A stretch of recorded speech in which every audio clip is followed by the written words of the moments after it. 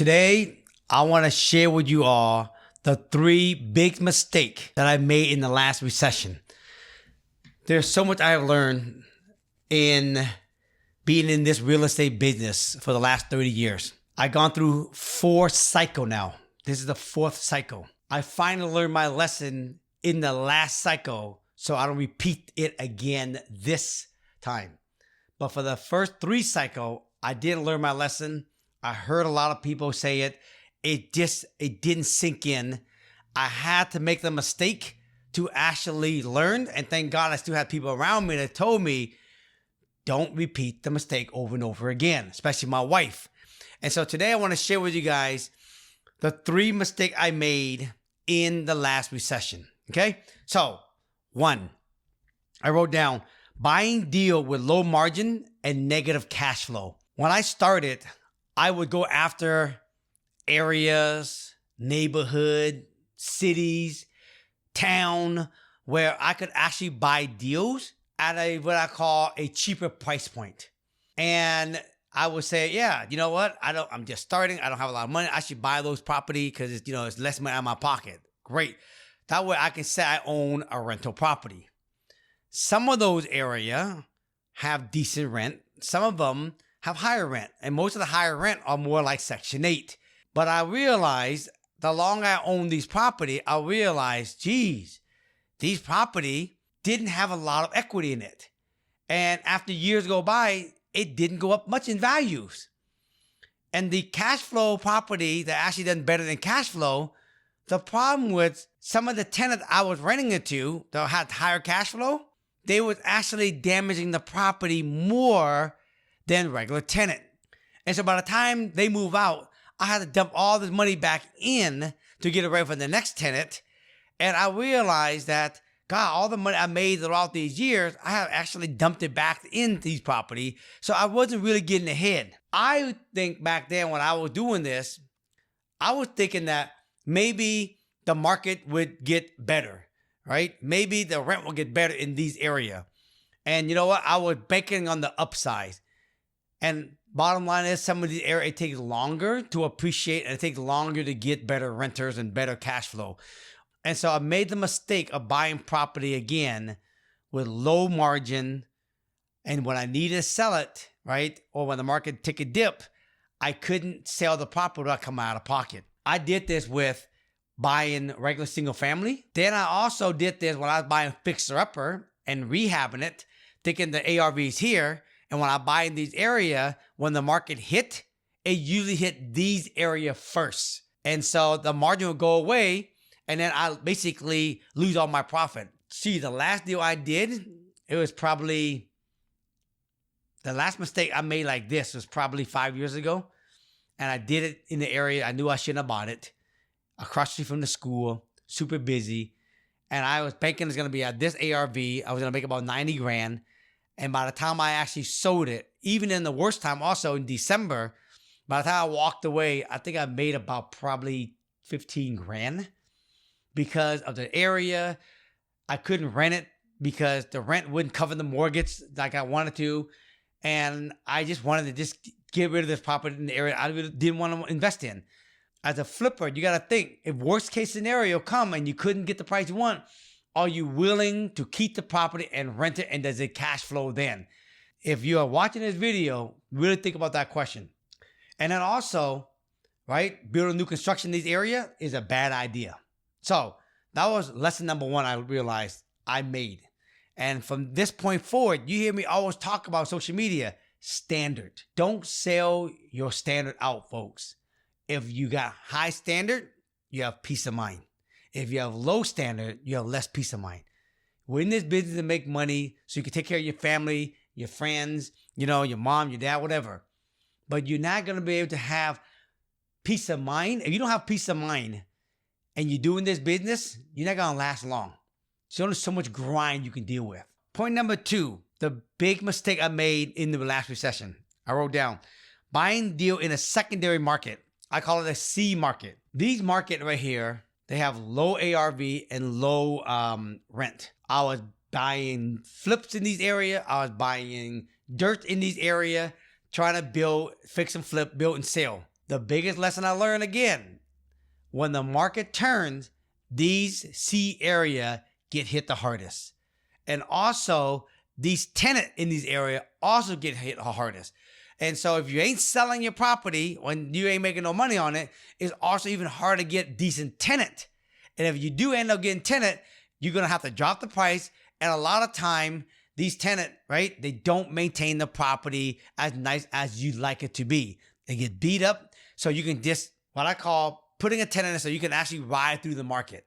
But by the time you ride through the market, your property is beat up and you got to put money back in. And now you're deep in the hole. This was another lesson I learned. I can't be buying property in C area. Folks, don't get excited. Don't sell yourself on buying cheap area where you can buy houses for 50 grand, 60 or 70 grand. You don't have to go down there. Get a little more down payment. Buy it in at least a B area. If you can buy it in the B area, you do better on the ARV, you do better on appreciation, and you do better on rent. And you get better tenant, you have better peace of mind. People underestimate the peace of mind. There's so much money that people don't realize. The more peace of mind you have, the more money you're going to make. The less peace of mind you have, I'm telling you, the less money you're going to make. Think about that. Ponder that, okay? The last thing I want to say is this, what I learned. I didn't have reserve money for rainy days. And I over leveraged property too much. When I was starting out, I used to, as much as I say I want to, have equity, I buy rental property. I let the market basically ride in appreciation. As soon as I actually have that thing at more than 20% equity, I refinance it, or I do a HELOC on the property. I pull money out so I can actually go buy another rental property. Each one of these rental property had very little equity in them because I was all in this mindset of having units, having doors. I didn't care about equity. I didn't care too much about cash flow. I just wanted more door, more door. The problem also when you have more door, low equity, and you don't have cash reserved for rainy days, when shit hit, it hit hard. And so I experienced it through the first 3 cycles. When the market take a dip, all of a sudden the tenant leaves. And now you got to rehab the property. And then after that, then you got to find a tenant. Well, when you don't have cash reserved for these kind of rainy days, you don't have money to rehab the property. If you don't have money to rehab the property, what option you got? Put it back on the market for rent that's beat up? No one's going to rent that. And if you have money to rehab, if you're going to keep the property, you're going to need money to actually keep the mortgage paid until you find the next tenant. Well, when the market is slow, it takes longer to get a tenant. So you got to be able to ride through the longer period to find a tenant. So if you don't have cash reserve, you're screwed on. You can't rehab it, and you don't have time to get the tenant in it. If you don't have time to wait, then you got to sell the property. So you got money to rehab, but you can't wait, so you end up selling. But then when you sell, you're selling in a down market, you also lose also. And this is why a lot of investors, when time gets tough, they don't have reserve, they're selling all their property off. They either rehab it and they sell off, they make very little money, or they sell it as a fixer, they make no money. You know, when I ask a lot of investors, what's their biggest regret? You know what they all say to me? I wish I would have kept more property for rent. Because today, those properties are double and triple in the years I should have kept it. And which is true. But in order for you to keep property, people, you gotta have reserve on the side. I'm not talking about reserve where you're letting it sit and not make no money. You need 2 types of money. You need to have money so you can invest, and you also need to have money for rainy days. It can be cash, it can be line of credit, it can be money that's, in your stock that you can get to. You just need cash so you can get to when it hit the fan. And you gotta stop leveraging. At some point, you're going to want to pay down some of these properties so you can get the full positive cash flow. When you have mortgage on these property, right? You're going to get $300, $400, $500. Until you have these properties paid off, that's when you really see $1,500, $2,000, $3,000 a month in rent. But it's not just always leveraging, people. Okay? At some point, depending on what age you are, you're going to want to slow down, have some more peace of mind so you can travel, do things with your kids and your grandkids and your wife, your husband, whatever it is. You got to start thinking. At some point, you got to stop leveraging and stop paying some of these properties so you can enjoy the money that you work. Here's some thoughts I wrote down for you to consider. 1, if you're going to invest, keep a high standard on margin. I always say, if you're going to invest in whole property, try to get at least 25% and more in margin.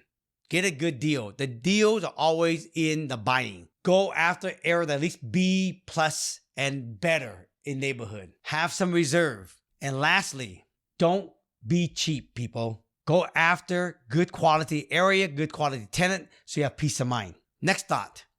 There's no perfect time to invest. You make it perfect.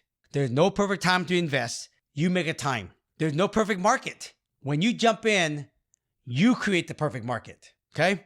Also wrote down, the market goes up and down, up and down, up and down, and down. When you understand this economic cycle, then you're not going to worry. Right now, the Fed is raising interest rate because they want to slow down the buying. That's why it's creating all this craziness out there. That's why we're in the recession. So it's happening again. It happens about every 10 years. The market does well, and then it takes about 2 years for it to adjust.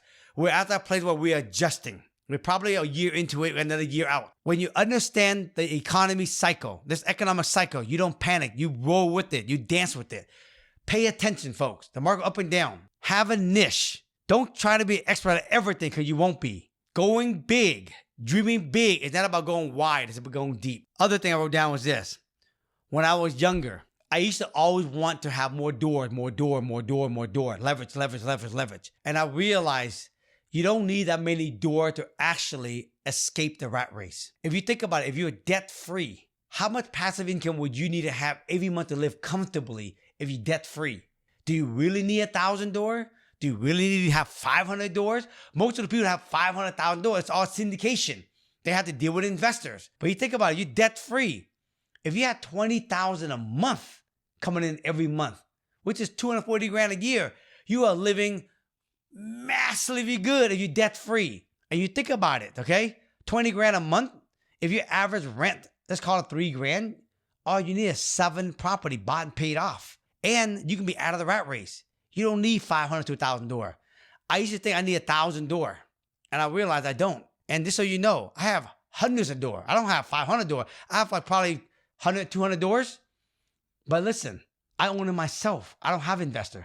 I have over 100-some thousand dollars a month in passive income, and I have over $100 million in real estate all by myself. I own it myself. Here's what I realized. I don't want to keep accumulating. I'm 52 years old today. I don't want to be in my 60s, in my 70s, in my 80s and still do board meetings, still do investor meeting, still sitting in meeting with banks, still being in meeting after meeting. Why? And I 70 in my 80s, I should be go out there enjoying my life, enjoying the money I made versus keep accumulating and have to report to investor, have to report to banker, have to deal with the market going up and down, have to deal with the equity go up and down. Why do I want to do that? Having board meeting with my team. Why do I want to do that in my 70s, 80s? Think about that, folks. How much do you really need? And lastly, I want to say this. Learn from people who already walked the journey. Learn from people who already gone through multiple different recessions in this cycle. Because those people can teach you a lot of things that can avoid you making the mistake over and over and over. I'm blessed to have a lot of people around me that's gone through and walked through these experiences many times. I've gone it now 4 times. I'm 52 years old. I got a mentor that gone through it multiple times. So folks, you don't have to learn it yourself and make the mistake. You can learn from other people who made a mistake and learn from them. If you're smart, you learn from other people who made the mistakes so you can have less mistakes yourself, okay? So the bottom line, folks, at the end of the day, if you want to invest in real estate, you don't have to do it yourself. You can have people who already walked the path and who still doing it that can teach you so you can actually have your learning curve go up faster. And the faster your learning curve is, the faster your earning curve is, okay? So if you like the videos, please comment, like the video, and then subscribe. Make sure you guys turn on the notification bell so you guys can see our next video when we drop, okay? Peace.